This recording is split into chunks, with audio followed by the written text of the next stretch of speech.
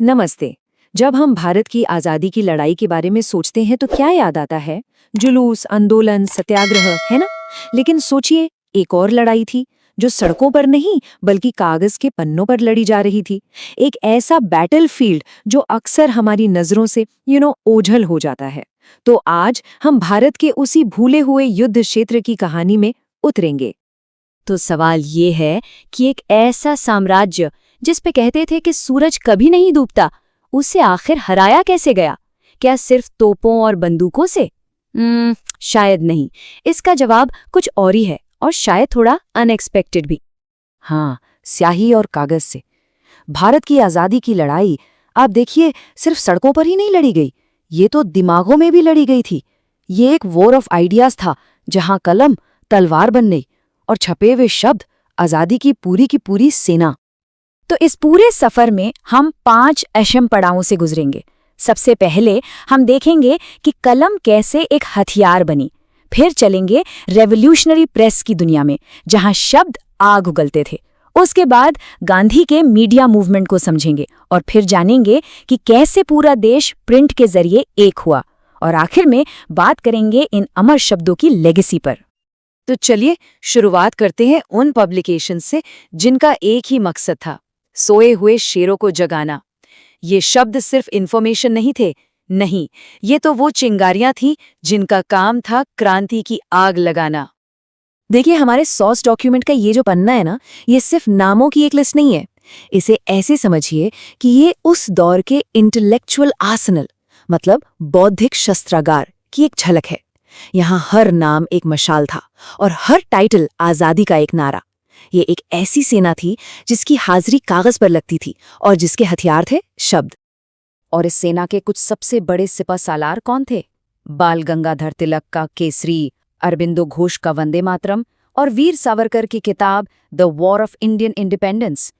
ये सिर्फ अखबार या किताबें नहीं थीं दोस्तों, ये तो वो वैचारिक ट्रेनिंग ग्राउंड्स थे जहां ये सिखाया जाता था कि आज़ादी भीख में नहीं मिलती, उसे छीनना पड़ता है। तो इन सभी का लक्ष्य एक था, बिल्कुल साफ, लोगों के दिलों में डायरेक्ट एक्शन की आग जलाना। इनका मैसेज एकदम क्लियर था कि ब्रिटिश शासन को सिर्फ दलीलों से नहीं बल्कि एक मजबूत, एक उग्र विरोध से ही उखाड़ा जा सकता है। लेकिन इसी बैटलफील्ड में एक और सेनापति था जिसका हथियार बिल्कुल अलग था। अब हम चलते हैं महात्मा गांधी के मीडिया मूवमेंट की तरफ, जिन्होंने प्रेस का इस्तेमाल एकदम अलग स्ट्रैटेजी के लिए किया। अब जरा सोर्स डॉक्यूमेंट के इस हिस्से पर नजर डालिए। ये हमें याद दिलाता है कि गांधी सिर्फ एक पॉलिटिकल लीडर नहीं थे, वो एक बहुत ही पावरफुल पत्रकार और लेखक भी थे। उनकी कलम सीधे भारत की आम जनता से बात करती थी। यंग इंडिया, हरिजन, नवजीवन और उनकी वो कालजयी किताब हिंद स्वराज।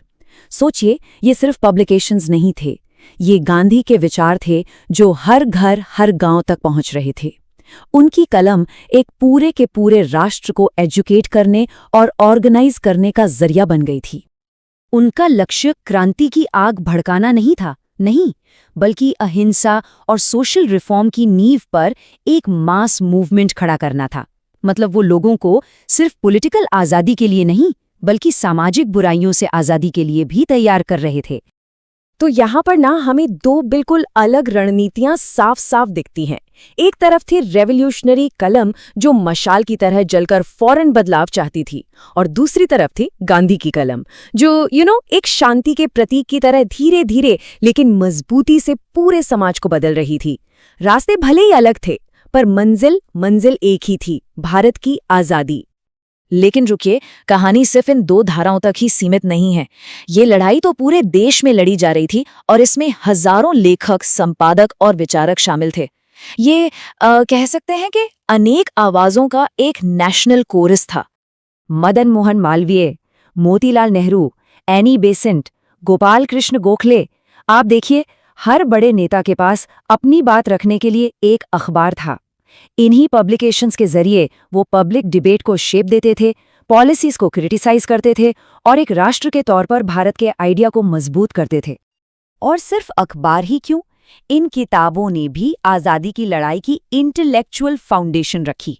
जैसे दादा भाई नौरोजी ने अपनी किताब में बताया कि कैसे अंग्रेज भारत को लूट रहे थे, तो वहीं नेहरू ने भारत की खोज के जरिए देश की आत्मा को समझने की कोशिश की।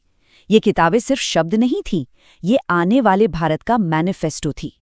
और यही इस पूरी लड़ाई का सार है कि छपा हुआ हर एक शब्द, हर एक लफ्ज मायने रखता था। हर लेख, हर पैम्फलेट और हर किताब, ये सब उस आज़ाद भारत की इमारत की नींव का एक एक पत्थर बन रहे थे, जिसका सपना हर हिंदुस्तानी अपनी आंखों में देख रहा था। तो आखिर इन शब्दों ने हासिल क्या किया? इनकी लेगेसी क्या है? देखिए, ये सिर्फ हिस्ट्री का एक चैप्टर नहीं है, ये एक ऐसा सबक है जो आज भी उतना ही रेलेवेंट है। इन शब्दों ने क्या किया? उन्होंने ब्रिटिश हुकूमत के खिलाफ एक जबरदस्त पब्लिक ओपिनियन बनाया। उन्होंने कश्मीर से लेकर कन्याकुमारी तक फैले हुए लोगों को एक कॉमन आइडेंटिटी दी, उन्हें जोड़ा। उन्होंने सिर्फ आज़ादी नहीं मांगी, बल्कि ये भी बताया कि आज़ाद भारत दिखेगा कैसा। और सबसे बड़ी बात, उन्होंने आम पाठकों को, पढ़ने वालों को स्वतंत्रता संग्राम का सिपाही बना दिया। और ये सब हमें आज एक बहुत अहम सवाल पर लाकर खड़ा करता है। अगर एक कलम ने देश को आज़ादी दिलाने में इतनी बड़ी भूमिका निभाई थी, तो आज उसी कलम की, उसी आवाज़ की, उस आज़ादी को बचाने में, उसे जिंदा रखने में क्या भूमिका है? ये एक ऐसा सवाल है जिस पर हम सबको सोचना जरूरी है। जब तक न सफल हो नींद चैन को त्यागो तुम, जब तक न सफल हो नींद चैन को त्यागो तुम, संघर्ष का मैदान छोड़कर मत भागो तुम। कुछ किए बिना ही जय जयकार नहीं होती, कोशिश करने वालों की कभी हार नहीं होती।